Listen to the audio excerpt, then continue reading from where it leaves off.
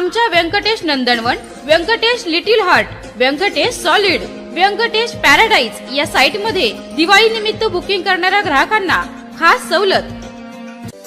Sai developers निर्मित अत्यंत कमी दरामध्ये सासवडमध्ये प्रथमच हिवरकर मळ्यामध्ये रेसिडेन्सी झोन मधील 1-2 गुंठ्याचे बंगलो प्लॉट उपलब्ध। Amenities, separate electric DP, drainage line, main road, 40 फुटी डांबरी रस्ता, अंतर्गत 15 फुटी डांबरी रस्ता, सर्व सोयींयुक्त 1 ते 2 गुंठ्यांचे रेडी प्लॉट कमीत कमी किमतीमध्ये। सर्वसामान्य लोकांना परवडेल असे स्वप्नातले घर बंगले बांधण्यासाठी आजच संपर्क करा। साई डेव्हलपर्स, आमचा पत्ता हिवरकर मळा, सासवड, सर्वे नंबर 53/14। अधिक माहितीसाठी संपर्क मोबाईल 9850 53 39 06 आणि 9890 01 79 28। नमस्कार, सह्याद्री 24/7 या चॅनलवर आपल्या सर्वांचं मनापासून हार्दिक स्वागत। भारतीय जनता पार्टी पुरंदर यांच्या माध्यमातून 19 ऑक्टोबर रोजी आचार्य आत्रे सांस्कृतिक भवन सासवड या ठिकाणी पदाधिकारी व कार्यकर्ता मेळावा होणार।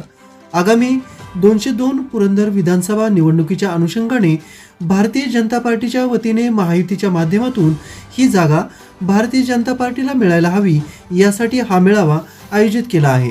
पुरंदर तालुक्यातील भारतीय जनता पार्टीच्या वतीने विविध विकास कामं झाली त्याचा आढावा, DPDCच्या माध्यमातून आलेला निधी कुठे व कसा दिला या संदर्भात पत्रकार परिषदेमध्ये माहिती दिली। आगामी विधानसभा निवडणुकीसाठी उमेदवार म्हणून बाबा जाधवराव, गंगाराम जगदाळे, जालिंदरभाऊ कामते, पंडितदादा मोडक, अशोकभाऊ टेकवडे हे इच्छुक असून भारतीय जनता पार्टीमध्ये पक्षाची ताकद वाढवणारा, लोकांच्या मध्ये लोकप्रिय असणारा, सामाजिक व विविध कामं करणारा हा आलेख चेक करूनच उमेदवारी दिली जाते अशी माहिती जालिंदर कामते यांनी दिली। 19 तारखेच्या मेळाव्याला सर्व नागरिकांनी उपस्थित राहावे असे आवाहन पुरंदर तालुका भारतीय जनता पार्टीच्या वतीने करण्यात आले। या पत्रकार परिषदेसाठी माजी आमदार अशोकभाऊ टेकवडे, बारामती प्रभारी जालिंदरभाऊ कामते, पुरंदर हवेली विधानसभा अध्यक्ष बाबाराजे जाधवराव, पुरंदर अध्यक्ष निलेश जगताप, पुणे जिल्हा अध्यक्ष गंगाराम जगदाळे आणि पंडितदादा मोडक, सासवड शहराध्यक्ष संतोष जगताप, हवेली अध्यक्ष संदीप हरपळे, हवेली सरचिटणीस पांडुरंग रोडे, सहकार सेना अध्यक्ष महेश राऊत, अक्षय रणवरे, युवा मोर्चा याचबरोबर अनेक भारतीय जनता पार्टीचे पदाधिकारी या पत्रकार परिषदेसाठी उपस्थित होते। आपण पाहतात सह्याद्री 24/7। आमचा चॅनल सबस्क्राईब करायला विसरू नका। धन्यवाद। खरं तर बराच वेळ आपली प्रश्न उत्तर आलेली आहे। विषय असा होता, आगामी विधानसभा निवडणूक त्या अनुषंगानं भारतीय जनता पक्ष शनिवारी आचार्य आत्रे सभागृहामध्ये भारतीय जनता पक्ष कार्यकर्त्यांचा मेळावा आहे। याचा विषय असा आहे, यावेळेस विधानसभेमध्ये भारतीय जनता पक्षाला जागा मिळावी हा मूळ हेतू आहे। लोकसभेला ही जागा भारतीय जनता पक्षाची होती, परंतु आपण सगळ्यांनी पाहिलं आहे काही वरिष्ठ पातळीवरती घडामोडी घडल्या आणि घडामोडी घडल्यानंतर पक्ष नेतृत्व निर्णय घेतला आणि अजितदादा पवार गटाला ती जागा सोडल्यानंतर पूर्ण बारामती लोकसभेमध्ये भारतीय जनता पक्षाच्या नेत्यांनी कार्यकर्त्यांनी प्रचंड असं काम केलं। शेवटी निवडणुकीमध्ये जय आणि पराजय असतो आणि असं असताना पूर्ण क्षमतेने आम्ही सगळ्यांनी काम केलं, म्हणून ही हक्काची जागा भारतीय जनता पक्षाची जागा होती आणि म्हणून जिल्ह्यातील जिल्हा संघटनेने ही पुरंदरची जागा कोणत्याही परिस्थितीमध्ये भारतीय जनता पक्षाला द्यावी ते आग्रही मागणी केली आणि त्या अनुषंगानं हा मेळावा आम्ही आयोजित करतो आहे। शेवटी पक्ष टिकला पाहिजे, संघटना काम करणारे कार्यकर्ते जागून राहिले पाहिजे या हेतूनं हा मेळावा आम्ही घेत आहोत। बाकी सविस्तर केंद्रामध्ये सरकार आहे, राज्य सरकार आहे, परत जाणार आहे, या सगळ्या गोष्टी आहेत आणि कामं प्रचंड केलेली। मोदी साहेबांनी 11 वर्षामध्ये जवळपास 11 वर्ष होते, आता त्यांनी प्रचंड कामं केली, सर्वसामान्य माणसांना केंद्रबिंदू म्हणून कामं केली। या तालुक्यामध्ये देवेंद्रजींच्या नेतृत्वाखाली कामं झाली। आता देवेंद्र भाऊ असतील, एकनाथ शिंदे असतील, अजितदादा पवार असतील, हे सगळेच नेते मंडळ काम करतात. अधिकचा निधी पूर्ण देऊन हा तालुकाचा पूर्ण नेता येईल याकरता प्रयत्न होतो आहे. बाकी जास्त म्हणण्यापेक्षा आमची एकच आग्रही मागणी आहे, कोणत्याही परिस्थितीत ही जागा भारतीय जनता पक्ष मिळावी आणि तो मेळावा आहे त्या नियोजनाकरता ही मिटिंग आहे. आपण सगळ्यांनी शेवटी बाकी जास्त का बोलणार, परंतु आम्ही सगळेच कार्यकर्ते आग्रहावर शेवटी अनेक वर्ष सगळेच काम करतात आणि काम केल्यानंतर त्यांची आशा असते, अपेक्षा असते, प्रत्येक जणांची इच्छा आहे. मग 4-5 नावं का तर भारतीय जनता पक्षाचं नेतृत्व ठरवतो, मागण्यापेक्षा त्यांना इथं काम कोण करतं आहे, कुणाला संधी दिली पाहिजे या भूमिकेतनं भारतीय जनता पक्ष नेतृत्व निर्णय घेईल आणि नेतृत्व निर्णय घेतल्यानंतर त्याप्रमाणे या मतदारसंघामध्ये भाजपचे सर्व कार्यकर्ते निवडणुकीचा प्रचार करून त्या विधानात निवडून आणण्याचा प्रयत्न करू.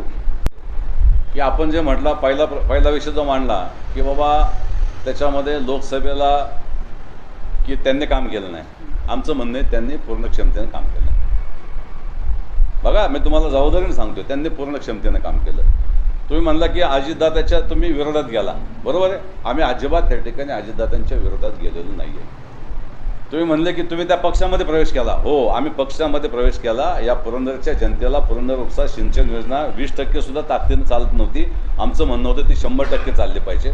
या गुंतवणुकीचा प्रश्न 40 वर्ष त्या ठिकाणी आपला सुटलेला नाही आहे, तो सुटला पाहिजे. या तालुक्यामध्ये विमानतळाचं एक म्हणतो इकडे, एक म्हणतो तिकडं, इथं सगळं कुत्र्या मांजराचा सगळं कार्यक्रम चालला आहे, म्हणून तो विमानतळाचा प्रश्न त्या ठिकाणी सोडवला गेला पाहिजे.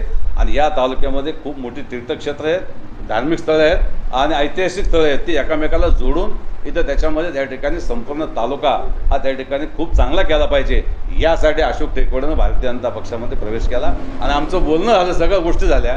पण त्याच्यानंतर अजितदादा पवारसाहेब महायुतीबरोबर आले आणि मग त्याच्यामध्ये आणखीन पुढं खूप गोष्टी घडत गेल्या. त्यामुळे आम्हाला जे काही ताकद जी द्यायची ते निश्चितपणानं आता ह्या विधानसभा झाल्यानंतर आमचे नेते आम्हाला ताकद देतील. या तालुक्याचं नंदनवन करून दाखवतो. तुम्ही म्हणता की विकास करणारे 3 आमदार आणि 1 खासदार यांनी जिल्हाधिकारी कार्यालयावरती आंदोलन केलं. DPDCमध्ये त्या 3ही आमदारांना म्हणजे एकूण बारामती लोकसभा मतदारसंघातील 3 विधानसभा मतदारसंघांना निधी दिला नाही. कोणत्या 3 आमदारांनी? संग्राम कुट्टे, संजय जगताप, अशोक पवार आणि खासदार सुप्रिया सुळे या 4घांनी मिळून जिल्हाधिकारी कार्यालयावरती भव्य आंदोलन केलं होतं. DPDCमध्ये 1 रुपयाही निधी मिळाला नाही म्हणून. आता तुम्ही एकीकडे म्हणताय की विकास पण करायचा, मग DPDCमध्ये तुम्ही निधी पण देत नाही. मध्यंतरी सातत्याने 3ही आमदारांनी त्यांच्या मतदारसंघामध्ये जे कार्यक्रम झाले त्याच्यामध्ये वारंवार टीका केली की आम्हाला DPDCमध्ये पण डावललं जाते, आम्हाला मंत्रालयातून जो निधी मिळतो त्याच्यातून पण राज्य शासनाकडून येणाऱ्या निधीमध्ये पण डावललं जातं. असा कोणता विकास करतात? निधीच मिळाला नाही, विकास कसा? आपल्याला तुम्हाला मी सांगतो की तालुक्याचा आमदार म्हणजे त्या विधानसभा क्षेत्राचा आमदार हा त्या विधानसभा क्षेत्राचा मुख्यमंत्री असतो. मी जबाबदारीने बोलतो या गोष्टी, कारण अशोक टेकवडेनं 5 वर्ष या तालुक्यामध्ये आमदारकी केली, करोडो रुपये आणले. कुठलं आंदोलन नाही, कुठलं त्याच्यामध्ये कुठं निषेध मोर्चा नाही. नाजरे धरणात सुद्धा 5 वर्ष पाणी कमी पडलं नाही, कुठं पिण्याच्या पाण्याला पाणी कमी पडलं नाही. आणि तुम्ही ज्या लोकांची नावं घेतली आपल्या विद्यमान आमदारांना कशासाठी इथं आंदोलन करायला लागलं, तर वायरमन ऐकत नाही म्हणून आंदोलन करायला लागलं. हां, वायरमन ऐकत नाही म्हणून. अहो तुम्ही तालुक्याचे मुख्यमंत्री असता, विधानसभेचा आमदार म्हणजे अशोक टेकवड्याच्या दालनामध्ये पलीकडे प्रदीप जगताप बसलेत मागं, प्रांत आमच्या समोर येऊन बसायचे, आमचे शहर तहसीलदार बसायचे, DYSP आमच्या शहर येऊन बसायचा. तिथं राष्ट्रवादी भवन नाव असताना सुद्धा प्रदीपराव ते लोक तिथे येऊन बसलेले असायचे. ही ताकद लागते त्या बघा, आणि ही ताकद लागते. इथं ही ताकद वापरली गेली नाही, त्यांना ते जमलं नाही. त्यांनी कशासाठी बसले तर तिथं, आणि ते कुठं बसलेत तर चौकात बसले. आणि कशासाठी बसलेत तर वायरमन ऐकत नाही, तो इंजिनियर ऐकत नाही. काय चाललंय हे? हा तालुका त्याच्यामध्ये या दिशेने नेण्याचं खरं तर चुकीचं काम त्यांनी केलं. भारतीय जनता पक्षाचा उद्याच्या काळामध्ये किंवा महायुतीचा जो आमदार होईल ते सगळं त्याच्यामध्ये ताकद दाखवून देईल आणि भविष्यामध्ये जे प्रश्न आहेत हे सगळे प्रश्न त्या ठिकाणी निकालात काढून या तालुक्याचं नंदनवन करून दाखवू आम्ही त्यामध्ये. आता तुम्ही निधीचा विषय काढला, ज्यावेळेस ते महाविकास आघाडीत होते आमदार, त्यावेळेस DPDCला त्यांना 5 कोटी रुपये निधी मिळाला होता. सासवड शहराला 50 लाख, जेजुरीला 5 लाख. आणि आता महायुतीच्या माध्यमातून त्यांना निधी मिळाला नसेल पण दिगंबर दुर्गाडेंना 20 कोटी रुपये, आमच्या भारतीय जनता पार्टीला 12 कोटी रुपये, विजय शिवतर यांना 10 कोटी रुपये, जर पुरंदर तालुक्यात ह्या DPDCला 42 कोटी रुपये, मागच्या DPDCला बी 45 कोटी रुपये, अशा पद्धतीने जर पैसे मिळत असतील आमच्या सत्तेच्या काळात तर त्यांच्याच कोंबड्याने रात उजडवा असं काय म्हणणं नाही ना आमचं. हे पुरंदरमध्ये झालेत ना, हे काय बाहेर नाही गेले पैसे, हे पुरंदरमध्ये झालेत. त्यांच्या 5 कोटी मिळण्यापेक्षा आम्हाला 35 कोटी रुपये 40 कोटी रुपये एक्सेस मिळतात ना. आणि फ्लेक्स कसले लावले आणि दादा त्याच्यामध्ये परत ज्या पत्रकार परिषदेमध्ये दादा ते काय म्हणले की पुरंदर हे वेगळं राष्ट्र काय पण देश घोषित करा. देश घोषित करा. चाललंय काय तुमचं? आपण लोकप्रतिनिधी आहोत. त्यांच्यासाठी मोजणी ऑफिसमध्ये आंदोलन होते, कुठले ऑफिस त्यांनी सोडलंच नाही आंदोलन करायचं त्यांच्या काळामध्ये. आमच्या 5 वर्षामध्ये असं आंदोलन नव्हतं, काय नव्हतं. लोक गुन्हा चालले होते पोलीस स्टेशनला, तर अशोक टेकोडे कधी गेला बी नाही, कधी फोन बी केला नाही. आंदोलन इथं विरोधी पक्ष म्हणून आम्ही करायला पाहिजे. वेगळा देश करायचा तुम्ही विचारलेलं आम्हाला बघायला ऐकायला तुम्ही विचारलं पाहिजे देश कसा करायचा, त्या घटना कशी बदलायची, आता ते तुम्ही विचारा ना. लोकांना दाखवा घटना कशी बदलायची तुम्ही ते विचारलं पाहिजे हनुमंतराव, किंवा हे देश करण्यासाठी आता घटना कशी करायची. आता ज्या गुळूंचे तीर्थविकास आराखडा असेल, वीर तीर्थविकास आराखडा असेल, त्याला अशोक भाऊंनी पत्र दिलं होतं की ते पैसे मंजूर होण्यासाठी, पण मंजूर झाल्यानंतर उद्घाटनाला ते पुढे जातात. 12 कोटी रुपये आपल्याला ह्याच्यातून मिळाले होते. नारायणेश्वर मंदिर, हा नारायणेश्वर मंदिर, हे सगळं भारतीय जनता पार्टी आणि महायुतीच्या पत्रावर काम झालेले आहे. त्यांना तर निधी मिळत नाही, त्यांच्या तोंडाने त्यांनी कबूल केले. आणि परत उद्घाटनाला त्या स्थानिक आमदार असल्यामुळं हा DPDCतूनच पैसे येतात. तीर्थक्षेत्राला सुद्धा जिल्हा नियोजन आणि ग्रामविकासकडून पैसे येतात.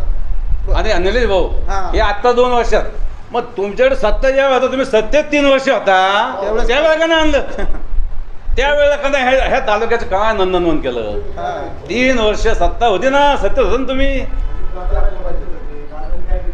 नाही हे बघा, हे रडायचे काय म्हणजे हे इकडे पडलं तरी पाय खाली पडायचं तिकडे, काय अर्थ आहे? भाऊ दादांनी दिलं नाही पण त्यांच्या अहो पण तुम्ही 3 वर्षातली कोणतीही भाषणं काढा, त्या प्रत्येक भाषणात आदरणीय दादा आदरणीय ताईच करत होते ना.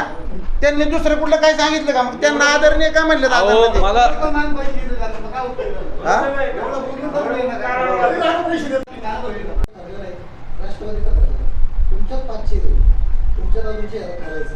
आमचा चेहरा म्हणजे कमळ चिन्ह असेल, आमचा चेहरा कमळ चिन्ह असेल.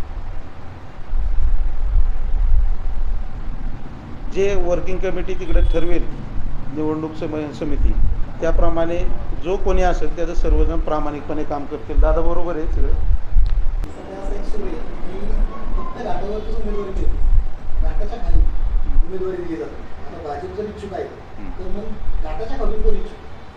भारतीय जनता पार्टीच्या वतीने ज्या कोणत्याही कार्यकर्त्याला उमेदवारी दिली जाईल त्याला निवडून आणण्यासाठी आम्ही सर्वजण पुरंदर आणि हवेलीची लोक प्रयत्न करू. आणि गाठाच्या खाली आणि गाठाच्या वरती असा काही आमच्यामध्ये प्रश्न नाही आहे. गाठाच्या खालीसुद्धा उमेदवार आहेत. तुम्ही जे 5 नावं पाहिली त्याच्यामध्ये गाठाच्या खालची सुद्धा नावं आहे. हां, आता गाठाच्या खालून म्हणलं तर जालिंदर भाऊ आणि पंडित दादा दोघं गाठाच्या खाली आहेत. पंडित दादा मोडक गोरक्षक आहेत ना, आपले गाठाच्या खालीच आहेत. ते भरपूर वर्ष काम करतात. भाऊ आहेत ते सुद्धा गाठाच्या खाली आहेत. जालिंदर भाऊ सांगितलं, जालिंदर भाऊ हवेलीमध्येच मोडतात. आपण पाहतोय कालच दुपारी 3:30 वाजता आचारसंहिता डिक्लेअर झालेली आहे आणि भारतीय जनता पार्टी महायुतीच्या वतीने आम्ही इलेक्शनला सामोरे जाणार आहोत. परंतु भारतीय जनता पार्टी आमचे जिल्हाध्यक्ष आणि वरिष्ठ लेवलच्या सर्वांच्या निरोपानुसार आम्ही भारतीय जनता पार्टीचा मेळावा 19 आपल्या 10 रोजी सकाळी दुपारी 12 वाजता आचार्य सभागृहामध्ये भारतीय जनता पार्टीचा मेळावा आयोजित करतो आहे. आणि त्या मेळाव्यामध्ये मुख्यतः विषय असा आहे की भारतीय जनता पार्टीच्या धोरणाप्रमाणे प्रथम राष्ट्र, नंतर पार्टी, नंतर स्वतः, याप्रमाणे पार्टीच्या ध्येयधोरणानुसार मेळावा आयोजित केलेला आहे आणि त्या मेळाव्याला उपस्थित सर्वच नेते मंडळी आणि आमच्या जिल्ह्यातील काही पदाधिकारी उपस्थित राहणार आहेत। आज या पत्रकार परिषदेच्या निमित्ताने आपल्या तालुक्याचे माजी आमदार अशोकभाऊ टेकवडे असतील, गंगाराम दादा आहेत, आमचे भारतीय जनता पार्टी बारामतीचे प्रभारी आदरणीय जालिंदर भाऊ कामटे, आमच्या हवेली तालुका भारतीय जनता पार्टीचे अध्यक्ष संदीप बाप्पू हरपळे, आमचे भारतीय जनता पार्टी पुणे जिल्ह्याचे उपाध्यक्ष पंडित दादा मोडक, सासवड शहरचे अध्यक्ष संतोष काका जगताप आणि सर्वच राहुलजी कामटे, आमचे हवेलीचे सरचिटणीस पांडुरंग तात्या रोडे, हवेली सरचिटणीस हे उपस्थित आहेत आणि मी आपलं सर्वांचं स्वागत करतो। आणि आम्हाला मुख्यतः ह्या इलेक्शनला जे सामोरं जायचे ते सामोरे जात असताना आपल्या सर्वांची मदत तर आम्हाला हवीच आहे आणि भारतीय जनता पार्टीच्या ह्या मेळाव्याच्या रूपाने, कारण की सर्व पक्षांचे इथे मेळावे झालेले आहेत पण भारतीय जनता पार्टीचा मेळावा झालेला नव्हता आणि त्या दृष्टीने आम्ही आमच्या ताकदीनिशी पूर्ण ताकदीनिशी आमचा मेळावा आयोजित केलेला आहे। त्या मेळाव्याच्या निमित्ताने आपणाला सर्वांना ही माहिती देण्यासाठी आम्ही इथं बोलवलेलं आहे। एवढं बोलून मी थांबतो। आपल्याला काय प्रश्न विचारायचे असतील तर आमचे नेते मंडळी इथे सगळे उपस्थित आहेत, आपल्याला सर्व खुलासा केला आहे। आमचे जिल्हाध्यक्ष असतील, आम्ही मुरल्यांना मोळ जे आपले केंद्रीय मंत्री आहेत किंवा आमच्या राज्याचे सरचिटणीस पण आहेत, त्यांची वेळ आयोजित करतो आहे। कोणीतरी आमचे प्रदेशमधून सुद्धा एखादे मार्गदर्शक येतील, अजून कोणी ठरलेलं नाही आहे पण त्यानुसार जिल्हाध्यक्ष वासुदेव नाना काळे आणि जिल्हाध्यक्ष वासुदेव नाना काळे तर उपस्थित राहणारच आहेत पण वरिष्ठ लेवलचे कोणतरी आम्ही स्टार प्रचारक इथं उपस्थित करणार आहोत, उपस्थित राहणार आहेत। मी काल जिल्हाध्यक्षांच्या सांगण्यानुसार म्हणजे जिल्हाध्यक्षांनी सांगितले की तुम्ही मेळावा आयोजित करा। खरं तर जिल्हाध्यक्षांचं असं वासुदेव नानांचं सांगणं आहे की ही जागा आपण पूर्ण ताकदीनिशी भारतीय जनता पार्टीला मागितलेली आहे, त्यामुळं आपण 24 तास सतर्कपणे हे काम करून भारतीय जनता पार्टीला कसा म्हणजे त्याच्याच ॲडव्हान्टेज घेण्यासाठी आम्ही मेळावा आयोजित करतो आहे। जर ही जागा आम्हाला मिळेल असं आमच्या जिल्हाध्यक्षांच्या सांगण्यानुसार आम्ही पूर्ण ताकदीनिशी भारतीय जनता पार्टीची उमेदवारी मागितलेली आहे आणि ती आम्हाला मिळेल अशी आम्हाला अपेक्षा आहे।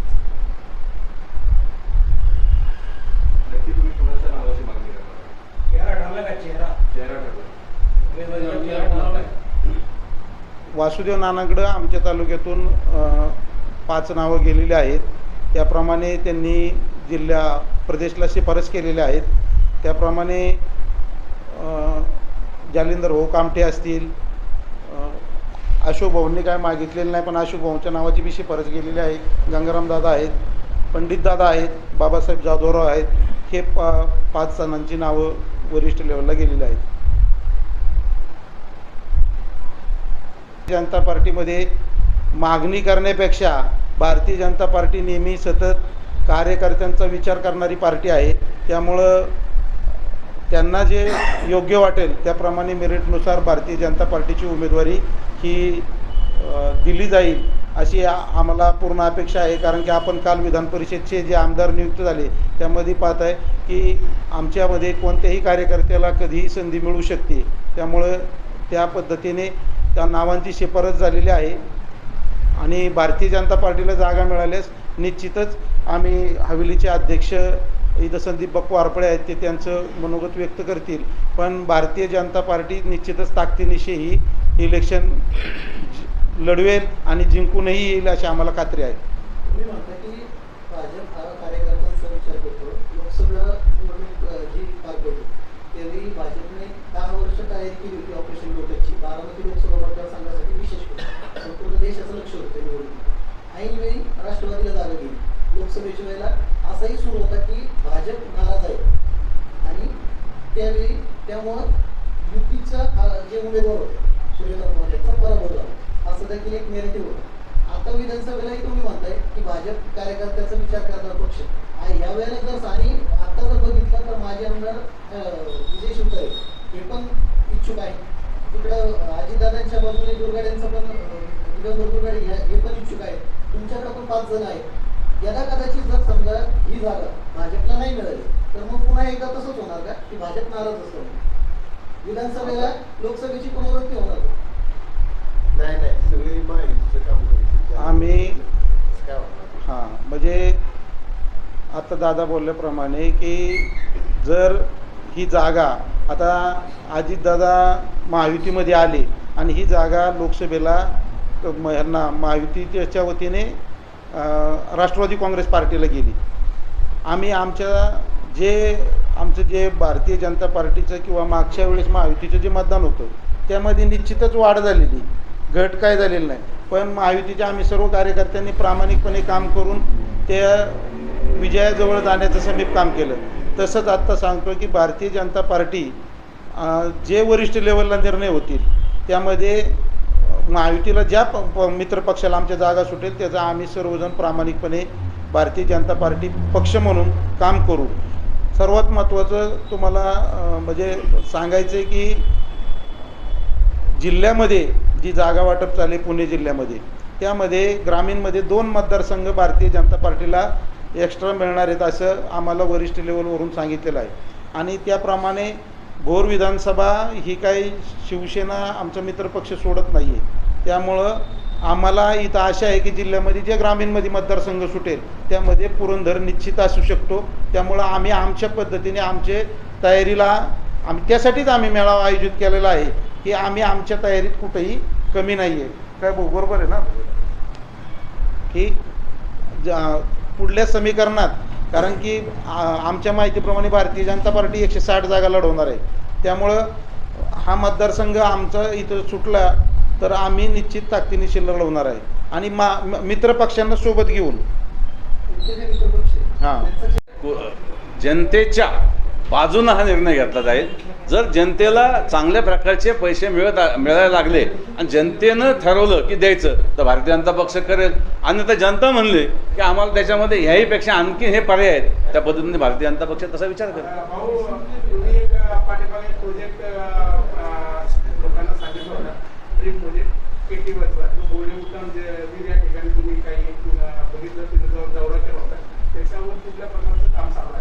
निश्चितपणाने त्याच्यामध्ये ज्यावेळेला गुंतवणुकीचं आपण पाहतोय गेल्या अनेक वर्षापासून त्या ठिकाणी तिथं कायदेशीर बाबी पुढं आल्या. 40 वर्षापासून आपण तिथं पाहतोय वेगवेगळ्या अडचणी आहेत. आम्ही ज्या वेळेला हाच विषय आदरणीय देवेंद्रजी फडणवीस साहेबांसमोर मांडला त्यावेळेला त्यांनी सांगितलं की ह्याला खरंच कोणाचा विरोध होऊ शकत नाही, या पद्धतीने विचार करायला हरकत नाही. परंतु नेमकं निवडणुका जवळ आल्या, आता आचारसंहिता लागली, त्यामुळे निश्चितपणे ते संपल्यानंतर त्याच्यावरती काम चालू आहे.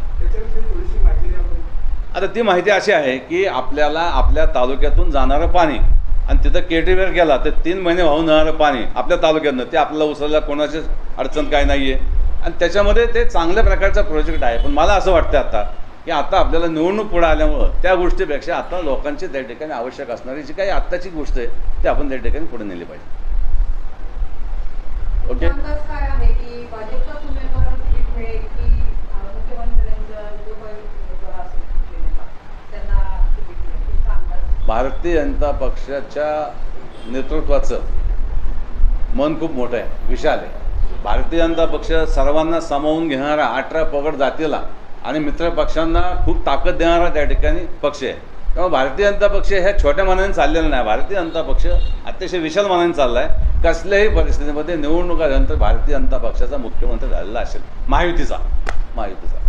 गेल्या 2.5 वर्षाच्या सरकार भाजप पुरंदर हवेली विधानसभा मतदारसंघातील भाजपचे जे कार्यकर्ते असतील, पदाधिकारी असतील, तुम्ही म्हणता की भाजपचं नेतृत्वाचा विशाल मन आहे.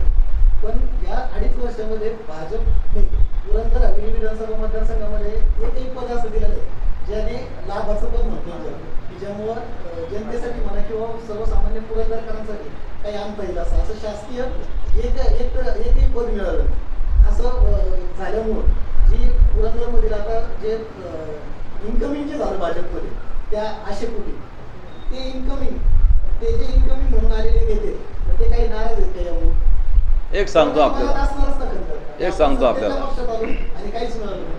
आपल्याला की भारतीय जनता पक्षाचा आता जर आपण ह्या 2 वर्षातलं सत्तेत आल्यानंतरचं परिस्थिती पाहिली तर ज्या वेळेला सन्माननीय विजयबापू शिवतरेंनी ज्या ज्या गोष्टी महायुतीच्या सरकारच्याकडं मागितल्या त्या सगळ्या गोष्टी त्या ठिकाणी द्यायला म्हणजे पूर्णपणाने त्या ठिकाणी देण्याचा प्रयत्न केला. ते महायुती म्हणून आल्या काय. आणि आतासुद्धा त्याच्यामध्ये भारतीय जनता पक्षाच्या नेतृत्वाचं म्हणणं आहे की आपण ही लढाई जिंकूया.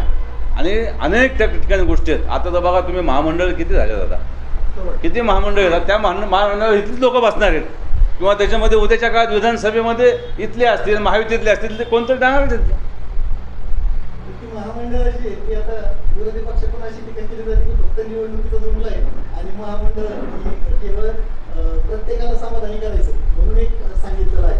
अशा पद्धतीने विरोधी पक्षाचं अशी परिस्थिती आहे, त्यांना कळलं आता की आपलं काही खरं नाही आहे म्हणून ते उद्धवजी ठाकरे साहेब म्हणत होते की चेहरा आपण चेहरा ठरवा.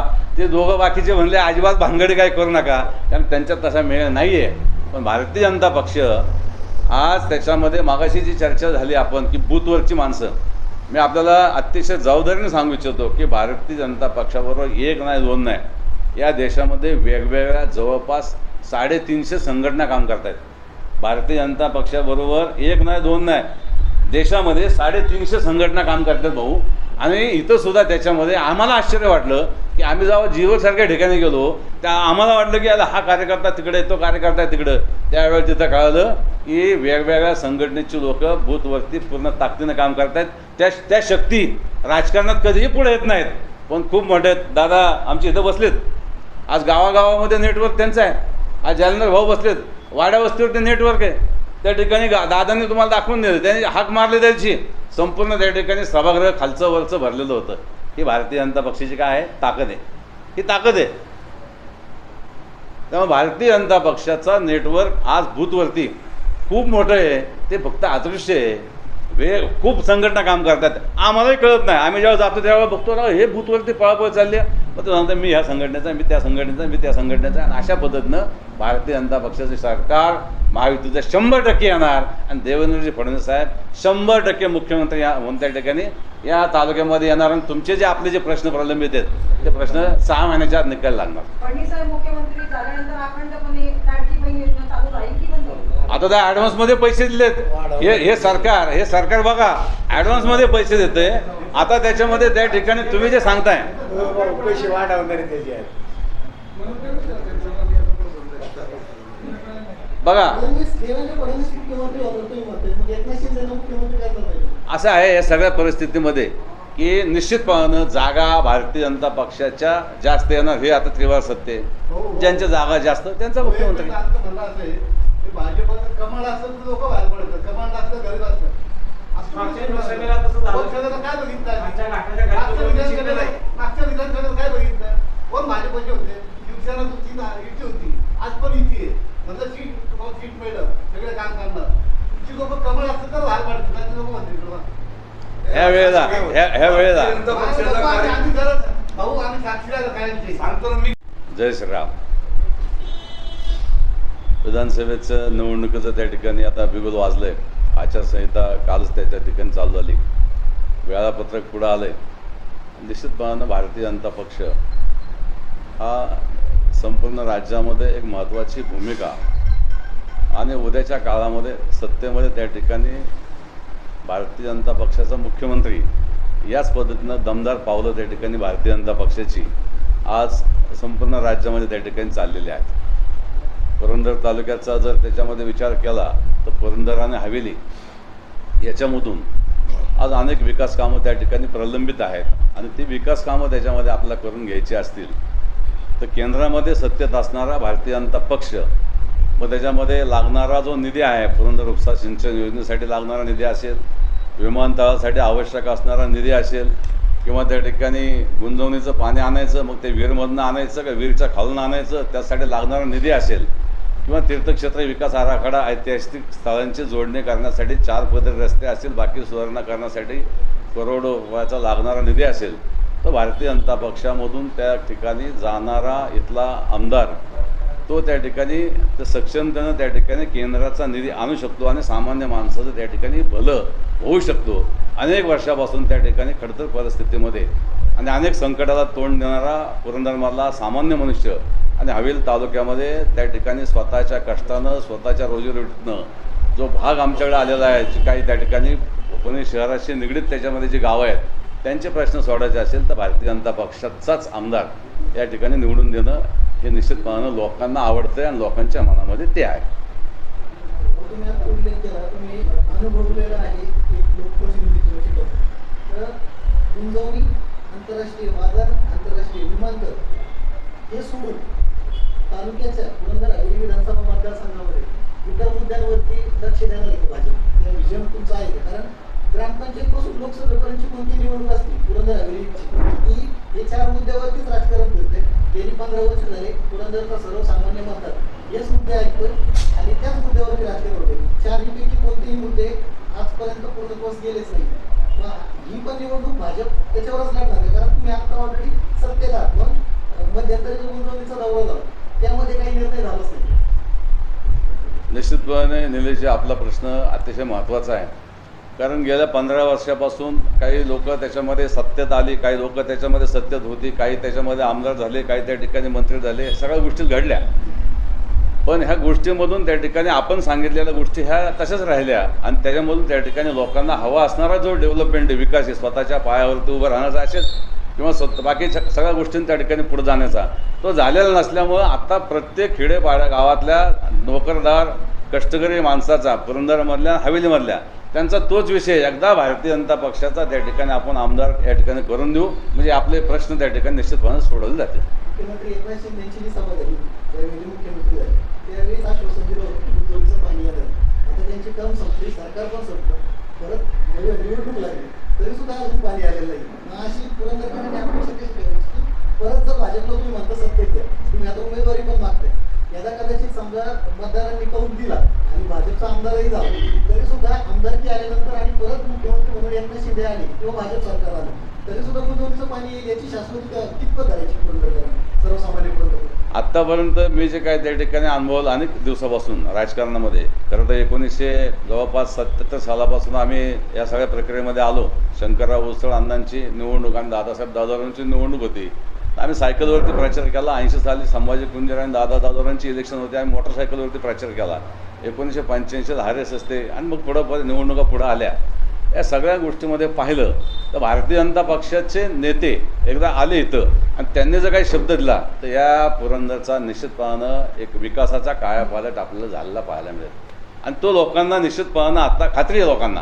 आणि लोक त्याच विवंचनेमध्ये आत्ता आहेत की कसल्याही परिस्थितीमध्ये भारतीय जनता पक्ष किंवा महायुतीचा, भारतीय जनता पक्ष आणि महायुतीचा उमेदवार, कदाचित त्याच्यामध्ये महायुतीचा उमेदवार त्या ठिकाणी भारतीय जनता पक्षाचा असेल किंवा त्या ठिकाणी शिंदेसाहेबांच्या शिवसेनेचा असेल किंवा उद्या अजित पवारांच्या त्या ठिकाणी राष्ट्रवादीचा असेल, भारतीय जनता पक्षाला सपोर्ट करणारा किंवा भारतीय जनता पक्षाचा उमेदवार असेल तर या पुरंदरचं दुखणं कायमस्वरूपी त्या ठिकाणी हे दुष्काळाचं मिटणार आहे आणि कायमस्वरूपी त्या ठिकाणी हे जे काय खडतर परिस्थितीमध्ये अनेक माणसं गुंजवणी करत अनेक माणसं त्या ठिकाणी जगाचा निरोप घेऊन गेले, अनेक माणसं त्याच्यामध्ये मृत्युमुखी झाली आणि आता जी तरुण पिढी पुढे आली आणि आता जी काय लोक त्याच्यामध्ये 60-65 वर्षाचे आहेत त्यांचं एकच आता हे आहे की कसल्या परिस्थितीत भारतीय जनता पक्षाला मदत करायची.